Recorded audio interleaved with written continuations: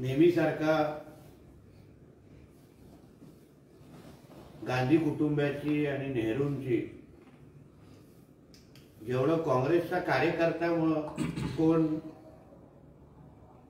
चाटत नाही तेवढा संजय राजाराम राऊत आज सकाळी मी किती मोठा काँग्रेसचा कार्यकर्ता आहे, उद्धव ठाकरेंना आणि पवार कुटुंबामध्ये आग लावल्यानंतर आता माझं पुढचं टार्गेट हे काँग्रेस आहे हे संजय राजाराम राऊत सकाळी स्पष्ट केलेलं आहे।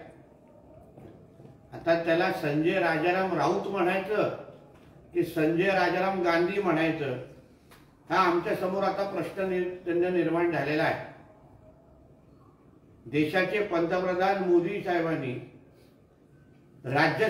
लोकसभेनंतर राज्यसभेमध्ये नेहरू असतील, गांधी कुटुंब असेल किंवा काँग्रेस असेल ह्यांनी आपल्या देशाला अधोगतीकडे कसे घेऊन गेले याचं अतिशय विस्तृत आणि सखोल असा त्याच्या संबंधित भाषण केलं, विचार मांडले आणि त्यामुळे देशाच्या जनतेला निश्चित पद्धतीने कळलं असेल की गांधी आणि नेहरू या आडनावामुळे आमचा भारत देश हा प्रगती का करू शकला नाही आणि जेवढी 60 वर्षामध्ये प्रगती झाली नव्हती तेवढी 10 वर्षामध्ये मोदीजींच्या नेतृत्वाखालच्या सरकारने प्रगती करून दाखवली सगळ्या क्षेत्रामध्ये। आणि हे ज्याला पचत नाही, झोंबतं, ते त्या संजय राजाराम गांधी सारखं बोंबलत बसतात। आपले काय प्रश्न असतील ते विचार, बोला। राहुल गांधींनी असं म्हटले की 50% आरक्षण जे आहे ते आम्ही उकडून फेकू असं। राहुल गांधीजींना आता स्वतःच्या गांधी नावाच्या आरक्षणाची चिंता लागलेली आहे आणि म्हणूनच कधी कास्ट सेन्सस बद्दल बोलायचं, कधी आरक्षणाबद्दल बोलायचं आणि देशामध्ये मूळ विकासाच्या मुद्द्यावर निवडणूक कशी होणार नाही यावर राहुल गांधी सारखे लोक प्रयत्न करतात। संजय राऊतने 32 मतं राज्यसभेची आहेत असं आपल्याकडे आहे असं सांगितलं। असं ते मोजायला कोण गेलेले आणि विचारायला कोण गेले, 32 मधले नेमकं राज्यसभेच्या निवडणुकीपर्यंत त्यांचे किती राहतील हा फार मोठा प्रश्नचिन्ह आहे।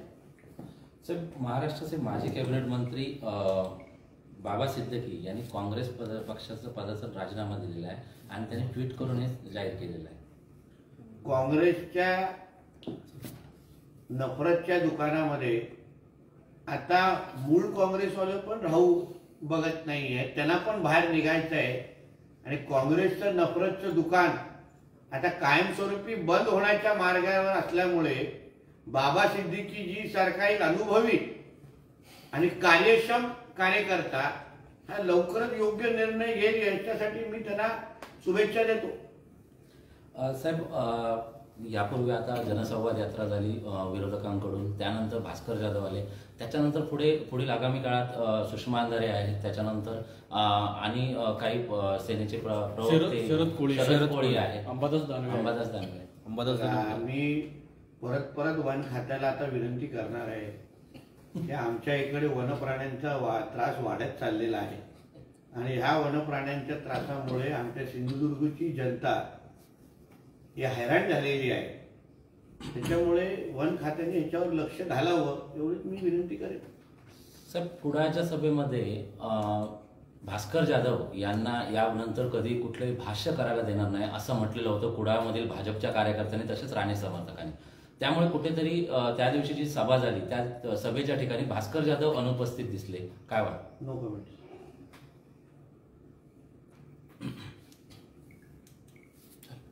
उत्तराखंडामध्ये समान नागरिक कायद्यासाठी आता सुरू झालेला आहे। याबरोबरच भाजप प्रणित किंवा भाजपचे जिथे राज्य आहेत त्या ठिकाणी आता लवकरच मी उत्तराखंडचे मुख्यमंत्र्यांचं मनापासून मी अभिनंदन करीन की त्यांनी ऐतिहासिक निर्णय घेऊन समान नागरी कायदा हा आपल्या राज्यामध्ये लागू केलेला आहे.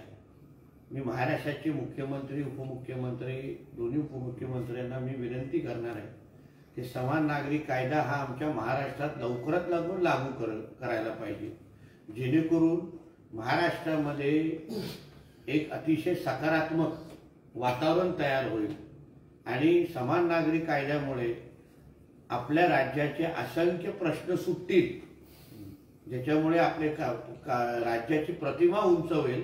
म्हणून लवकरात लवकर समान नागरी कायदा घ्यावा.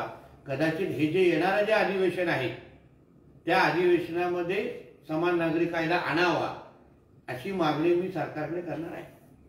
शिंदे गँगच्या डोक्यावर आणखी एक मानाचा तुरा, गुंडांसाठी चाललेलं राज्य, असं ट्विट संजय राऊतांनी केलं. संजय राजाराम राऊत कदाचित विसरला असेल की त्याच्या घरात आणि त्याच्या मालकाच्या घरात हे किती गुंड राहतात ह्याबद्दल थोडी माहिती त्यांनी उद्या ट्विटरवर टाकली तर थोडं बरं होईल. मग उद्याचा फोटो त्यांनी आदित्य ठाकरेचा पण टाकावा की बाबा हा महिलांचे बलात्काराचे आरोप, महिलांचे खुनाचे आरोप असलेला हा गुंड आहे, किंवा संजय राजाराम राऊत स्वतः महिलांवर शिवीगाळ करणं, महिलांवर अत्याचार करणं असे असंख्य आरोप पण ह्या संजय राजाराम राऊतवर आहे. म्हणून आजूबाजूची गुंड शोधण्यापेक्षा मी आदरणीय फडणवीस साहेबांना मी विनंती करणार आहे, मातोश्रीवर बसलेले गुंड आणि भांडूपमध्ये मैत्री बंगल्यामध्ये राहणारा गुंडाला सर्वात पहिले त्याची परेड करा आणि लवकरात लवकर अटक करा. संजय राऊत असं म्हणालेत की आमची पण इच्छा आहे की राज्यातून सामाजिक क्षेत्रात काम करणाऱ्या व्यक्तीला पाठवावं.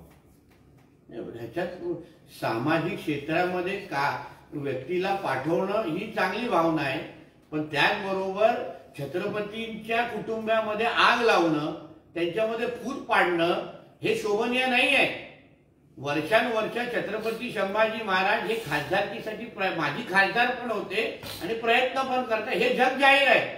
मग त्याच्यामध्ये त्यांच्या वडिलांचं नाव जाहीर करणं, त्यांचं नाव पुढे आणणं म्हणजे ठाकरे कुटुंबामध्ये आग लावली, पवार कुटुंबामध्ये फूट पाडली आणि आता छत्रपतीचं कुटुंब नेक्स्ट टार्गेट संजय राजाराम राऊतचं आहे का, हा प्रश्न त्याला त्या निमित्ताने विचारला पाहिजे.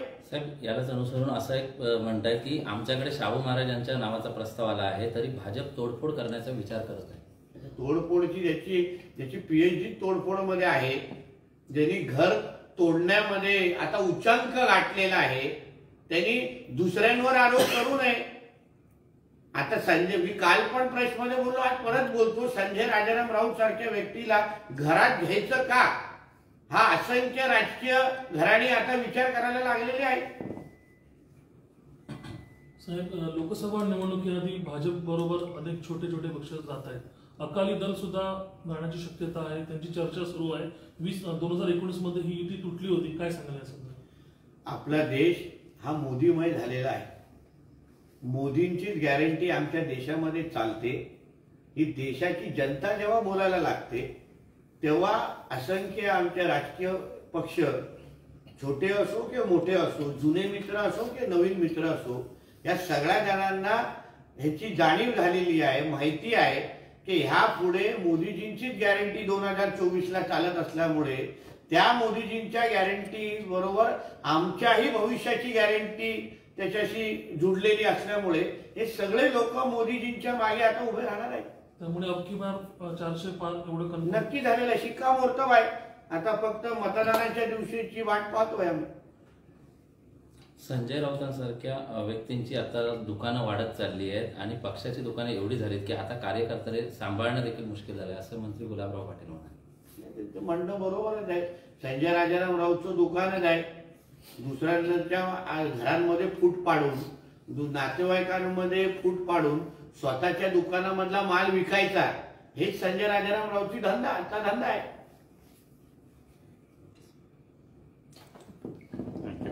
थँक्यू.